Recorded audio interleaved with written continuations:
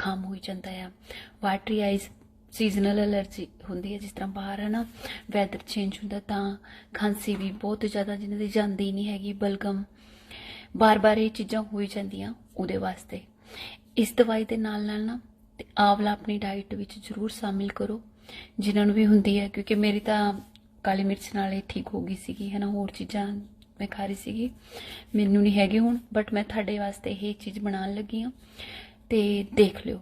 चलो स्टार्ट करते हैं, क्योंकि हर चीज़ वास्ते, जुकाम वास्ते, खांसी वास्ते, पुरानी तो पुरानी बलगम जिन्होंने जम जाता है, सारे वास्ते गुड आ। देख लो, ये मैं थानू वैसे दिखाने वास्ते रखी हुई हैं थोड़ी चीज़ां, बट तुसी ज़्यादा लेनी है क्योंकि थोड़े दिन खानी पैनी है, ठीक है।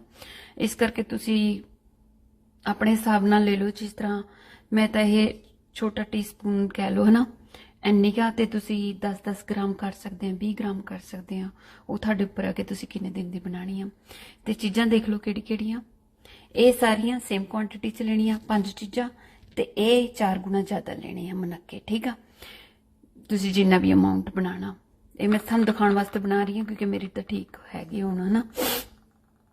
ये हैगा जिंजर पाउडर, काली मिर्च, तुलसी लीव्स, तो ये हैगी छोटी इलायची, मिसरी ते छोटी इलायची ठंडी होंदी आ, तुलसी भी आई थिंक ठंडी होंदी आ, ते ये होंदी आ गर्म आई थिंक। तो ठंडा गर्म सारा मिक्स इस करके टेंशन ना लो कि कुछ जे सारी चीज़ गर्म होई फिर ज़्यादा इफेक्ट करती है। तो इनू बनाते आप पहला, इन्होंने सारी चीज़ों ग्राइंड कर लेंगे हैं मनक्के छड्ड के। हाँ जी, इधर मनक्के पे इन्ना ही साडा ही सारा पाउडर हो गया। हुण इहदे विच मिक्स करके दी गोलियां बना लूँगे। इदां दा हो गया।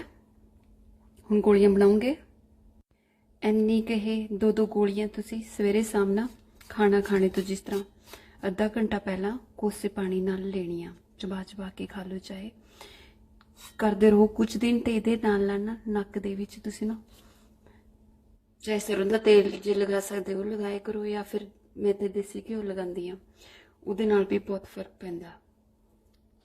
हाँ जी, जो मनक्के यूज़ करने हैं ना तो बीज कट के यूज़ करियो, तो इनू कोसे पानी ना चबा के खाओ रोटी तो पहला।